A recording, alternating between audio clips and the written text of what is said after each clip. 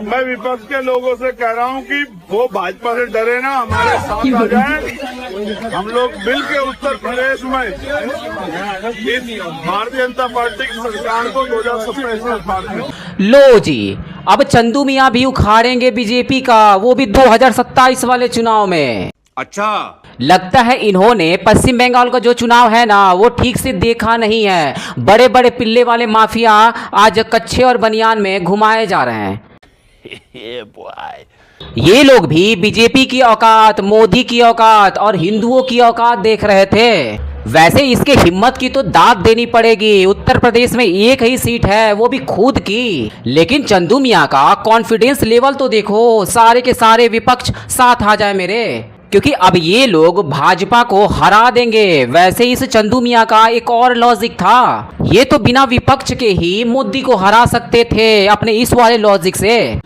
जोर जोर से बोल के लोगों को स्कीमें बता दे। उत्तर प्रदेश में हम लोकसभा में 2 सीटों पर लड़े, देखिए हमारे परिणाम 50% के परिणाम है हमारे। 1 सीट जीते, 1 में से ज्यादा वोट ली, तो हमारा विनिंग परसेंटेज देखिए 50% है। यानी कि अगर हम 403 सीटें लड़ते हैं तो हम 200 के लगभग सीटें जीतते हैं, तो फिर सरकार किसकी बनेगी उत्तर प्रदेश में? ऐसे में मियां अपने पप्पू का क्या होगा? अरे वो वाला पप्पू नहीं, बल्कि ये पप्पू भटूरा। ये तो लेटेस्ट न्यूज है। वो तो 6 बार से सांसद है, लगातार जीत रहा, और जो उसका स्ट्राइक वाला रेट है ना पूरा का पूरा 100 है। लेकिन तुम्हारे तो केवल 50 हैं, और इस हिसाब से देखा जाए तो उसको पहले प्रधानमंत्री बनना चाहिए, उसके बाद ही तुम्हारा नंबर आएगा। मतलब इन चिंटुओं को आप लोग अपने हिसाब से सोचिए, आखिर ये किस लेवल की बात करते हैं। 2 सीट पर चुनाव लड़ी, 1 सीट जीत ली है, और इसका ऐसा बोलना है जितनी भी सीटें हैं उन सब पर लड़ेंगे, फिर तो 50% सीट जो है हम जीत ही जाएंगे।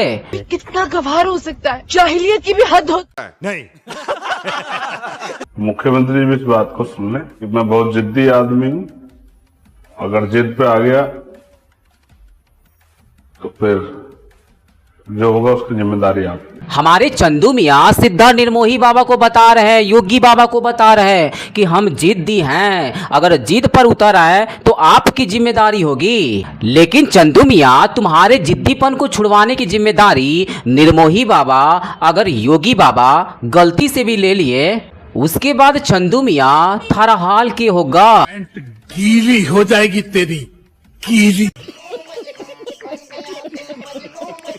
पुलिस कहां कहां से दिमाग और क्या क्या चेक कर देगी, चंदू मियां आप कंफ्यूज हो जाओगे। और साथ में डॉक्टर अंकल भी कंफ्यूज हो जाएंगे कि आखिर अब इस वाले छेद के साथ करना क्या है। चंदू मियां हम इस बात को अच्छे से जानते हैं कि जो हमारा संविधान है ना हमको बोलने की आजादी देता है, भौंकने की ना। जो भी मुंह में आए सब कुछ भोंक दो, जैसे आपके चाटुकार कार्यकर्ता भौंक देते हैं किसी के भी ऊपर, उसके बाद उनके पिछवाड़े पर जमकर लठ बजा दिया जाता है। वहां भी मारा। सनातन होगा उनके लिए, और सनातन जब रहेगा भारत में तभी तो सनातन को तो हम खत्म करने के लिए नीला गमछा ओढ़ रखते हैं, और भारतीय संविधान को तो आंख उठाकर देख भी नहीं सकते। तुम जैसे कितने राजा है, कितने चले गए, और जिस दिन संविधान की तरफ तुम आंख उठाकर देख भी लिए ना, तुम्हारी आंखें निकाल ली जाएंगी। कर दिया ना चंदू मियां वाली हरकत, उठा लिया ना पड़ी हुई लकड़ी, अब तो झेलना ही पड़ेगा। तो चलिए शुरू करते हैं। जब भैया ने संविधान को बताया अगर ऐसे कि संविधान को उखाड़ के फेंक दिया जाएगा, तो मैंने उनके विपक्ष में बनाया वीडियो। क्या बनाया कि जो है अगर संविधान नहीं रहा तो फिर सनातन भी नहीं रहेगा। उसके बारे में समझे उन्होंने क्या कहा था कि ऐसे बोल दिए तुम? ठीक है, मैंने जो भी कहा है मैं गलती मांग रहा हूँ भैया, अगली बार से ऐसी गलती नहीं होगी। अगर हुई तो नहीं होगी तो नहीं, संविधान के बारे में उन्होंने कहा, हमसे समझने में थोड़ी गलती हुई, लेकिन हमने सनातन को जो भी कहा है उसको एक्सेप्ट कर रहे हैं, हम गलती करे नहीं। अरे पिल्लो अनपढ़ो, मानते हैं कि तुम लोगों के पास जो दिमाग है ना वो कम है, लेकिन कुछ बोलने से पहले अपने पड़ोस वाले अब्बू से पूछ लिया करो कि आखिर सामने वाले इंसान ने क्या बोला है। तो ये वाला जो आज हाल हुआ है ना, ऐसा नहीं होता तेरा। तुम लोग संविधान को, बाबा साहब को अपने बाप की बपौती समझकर कुछ भी भौंकने लगते हो, किसी के भी ऊपर जो है भौंकने लगते हो। अगर थोड़ा सा भी सोच लिया होता तो ये तेरी माँ, बहन, बेगम, बीबी, अम्मी जान एक नहीं होता तेरा। बस हवा निकल गई। सनातन अगर कमजोर हुआ तो संविधान भी नहीं रहेगा। बहुत लोग को देखे हुए हैं आप, नारा लगाओ थी जय संविधान जय संविधान। अरे संविधान ही बड़ी आए कि हिंदू बाहुल्य है, हिंदू राष्ट्र भारत। जिस दिन भारत हिंदू बाहुल्य नहीं रह जाएगा उस दिन संविधान को फाड़ के कहां फेंक देंगे ये हम भी जानते हैं, आप भी जानते हैं। आज जिस रूप में भारत है वो इसी वजह से है क्योंकि ये हिंदू बाहुल्य। और भारत को मिटाने के लिए आज से नहीं, सैकड़ों वर्षों से, शताब्दियों से, सहस्राब्दियों से प्रयास हो रहे हैं। ऐसा कुछ बोला था हमारे राजा भैया ने कि अगर सनातन कमजोर हुआ तो फिर तुम्हारे जिज्जा लोग संविधान को फाड़ कर फेंक देंगे। ये बड़ी अच्छी बात कही आप। क्योंकि उनके लिए तो संविधान जो है ना बिल्कुल भी मैटर ना करता, उनके लिए सरिया ही सब कुछ है। उस संविधान को फाड़ने वाला ये मौलाना भी हो सकता है, कॉकरोच जनता पार्टी के सदस्य भी हो सकते हैं, जो कि अपने जीजा अफजल गुरु उमर खालिद का सपोर्ट करते हैं, या फिर कुछ टीएमसी के नेता भी हो सकते हैं, जो कि अभी हाल फिलहाल के वक्त में जेल में हैं क्योंकि वहां पर सनातन मजबूत हुआ है। वैसे तुम लोगों के बीच से भी कोई हो सकता है क्योंकि तुम लोग रात दिन जो है ना सनातन को टारगेट करते हो। तू भी किया था खेला, लेकिन उल्टा तेरे ही साथ रेला पेला हो गया। अब से ऐसा लगता है कि तू दोबारा जो है ना सनातन को खत्म करने वाला सपना वपना ना देखेगा। भीम आर्मी 2015 में बनी, 2015 बनी ना, और 2015 से पहले बाबा साहब की प्रतिमाओं को कहीं नुकसान नहीं होता था। लेकिन जैसे ही भीम आर्मी आई, रावण ने अपने चेले चपाटे मार्केट में छोड़े, सोशल मीडिया पे डेली जो है भगवानों के नाम का अपमान, देवी देवताओं का अपमान, हमारे बाकी महापुरुषों का अपमान, ये रोज सोशल मीडिया पे करते हैं। तो इस हर चीज की प्रतिक्रिया होती है।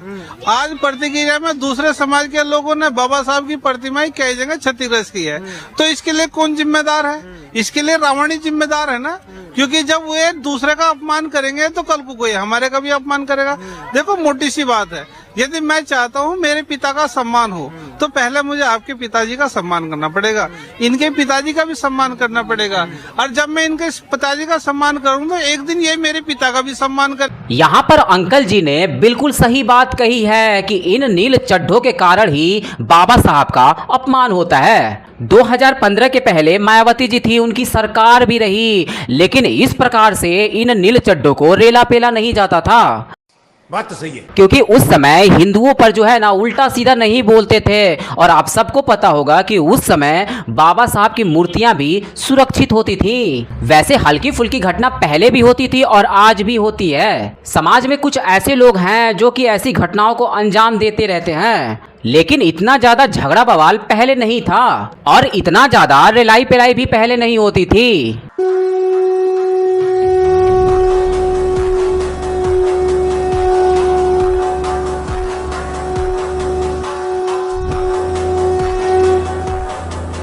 अगर आप अपने देश के मुखिया को गाली देंगी तो स्वाभाविक सी बात है आप अपने आप को भी गाली देंगी। क्यों नहीं? बेटी पढ़ा, देखिए सुनिए समाज के हैं, गाली मत दीजिए किसी को। क्यों नहीं देंगे भाई? मेरे साथ में बहुत हुआ भैया जी। आप मेरे घर चलिए, मेरे घर में बाबा साहब की मूर्ति लगी है, मतलब हम हाईलाइट नहीं हुई है। बाबा साहब ये नहीं कहते कि आप किसी व्यक्ति को या किसी के धर्म को गाली दो। बाबा साहब ये नहीं कहते, बाबा साहब के में नहीं लिखा एक मुख्यमंत्री कहीं बाबा साहब बोल दिए हो कि गाली दो तो आप ये क्यों नहीं? अरे क्यों नहीं गाली? अब आप लोग इस नील चड्ढी की हरकत देखिए, अगर बाबा साहब भी होते ना तो पिछवाड़े पर 10 लठ बजा देते। इस नील चड्ढी ने अपने घर में बाबा साहब की मूर्ति लगा रखी है और यही कारण है कि बाबा साहब ने इसको लाइसेंस दे दिया है। कैसे कैसे लोग रहते हैं यार यहाँ पर। सनातन का अपमान करो, हिंदू देवी देवताओं को गाली दो, किसी भी मुख्यमंत्री को उल्टा पलटा बोल दो, फिर अगर कोई उठाकर पटक कर रेल दे कहीं, मतलब इसके जगह पर अगर कोई लड़का होता अभी तक तो पेला गया होता। लेकिन फिलहाल के वक्त में ये नीली कबूतरनी बची हुई है। लेकिन अगर कल को कोई जनता या फिर पुलिस इसकी रिलाई कर दे, एक्शन ले ले, उसके बाद सारे भीमटे जो हैं यही बोलेंगे कि हम लोगों को पिछले 5000 सालों से पानी वानी ना पीने दिया गया और आज हमको बोलने की आजादी वजादी तक ना है। हमारे यहाँ ऐसा ही होता है। नरेंद्र मोदी जी तो यही कह रहे हैं कि वो मुस्लिम औरतों को इंसाफ दिला रहे हैं। अभी उन्होंने पहले ट्रिपल तलाक का जो कानून था उसको क्रिमिनलाइज कर दिया, उसके बाद अब वो कह रहे हैं कि हम यूसीसी इसलिए लागू कराना चाहते हैं कि आप 4 शादी ना करें, हलाला वाली प्रथा ख़त्म हो जाए। ये तमाम चीज़ें तो वो कर रहे हैं, तो फिर क्या एतराज़ है? मुस्लिम औरतों के मसीहा के तौर पर आप नरेंद्र मोदी जी को स्वीकार कर लीजिए।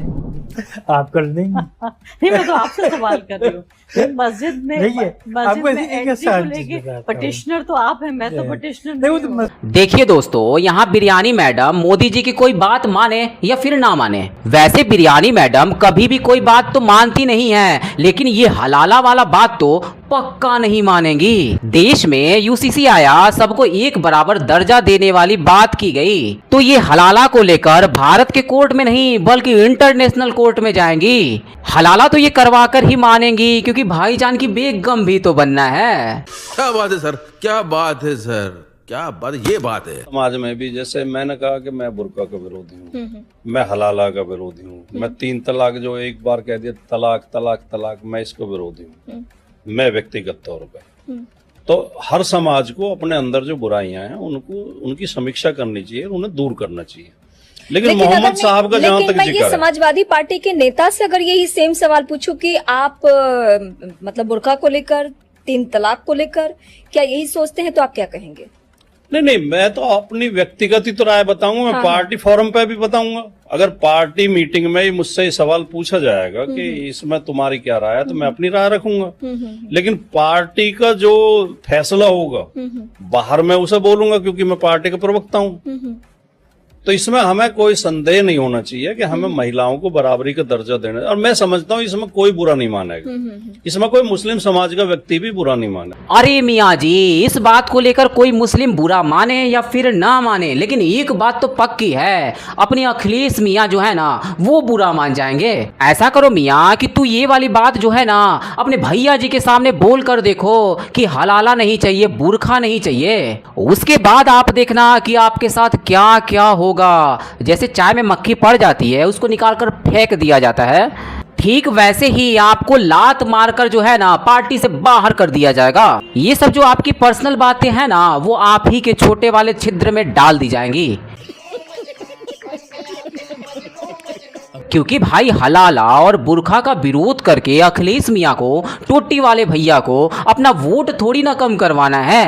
अरे बाप रे, ये तो धोती खोल रहा है। गमछा बिछाए हैं गोल्डन जी, क्या वजह है? वजह यही है कि बिना समाज के मदद के, बिना समाज के साथ के इस दुनिया में कोई भी इतिहास नहीं रचा। अरे ना नीले चड्ढे, ऐसे चटाई बिछाने से तू इतिहास थोड़ी ना रच पाएगा, उसके लिए तुमको कच्ची घानी सरसों तेल लेना पड़ेगा। समझ रहे हो आप? तब जाकर लोग आएंगे और जमकर सपोर्ट करेंगे, भीड़ लगेगी, तब जाकर तू अपने चटाई पर इतिहास रचेगा, क्योंकि कुछ लोग बिना तेल पानी के ही जमकर सपोर्ट कर जाएंगे और तू इतिहास रच जाएगा। हम गोल्डन के साथ हैं, हम बेटी के शादी के लिए तो ठीक से ना रखेलन, 2 बाल बच्चे जन्मा के मार के पीट के भगा देले बड़न। बेटी के बा? बेटी रूबी देवी। ई ना? हाँ। कब शादी कैले रहे? 2016 में। अच्छा, 2016 में। हाँ। कब से उनका के छोड़ ले बा? तो ये से छोड़ ले बा, कहीं चैन से ना 2 महीना अपना घर में ना रख ले बा। कई को बाल बच्चा बा इनका? 2 लड़का है। 2 लड़का। तो गोल्डन दास के सास बनी रहा? हाँ, सास है। और ये उनको वाइफ बने? हाँ। अपन नाम बताए? रूबी देवी रवा गोल्डन दास के वाइफ बने। अरे गोल्डन मियाँ तो फ्रॉड निकला, बड़ा वाला फ्रॉड निकला। अगर इस महिला की बात सच है तब तो ये बहुत बड़ा वाला फ्रॉडिया है। और ये जो हर महीने इसके पिछवाड़े पर लठ बजाया जाता है लोगों द्वारा, पुलिस द्वारा, अब फिर से बजेगा। अब इस वाले वीडियो की आखिर सच्चाई क्या है हमको तो ना पता, लेकिन अगर सच है तो एक्शन तो होना चाहिए। और अब की बार पुलिस वाले अंकल लोग ऐसा बजाएं कि इसने जो वो तेल चटाई वाला बिजनेस शुरू किया है वो भी काम में ना आए, उसमें भी दिक्कत हो जाए। खत्म, bye bye, tata, good bye, गया।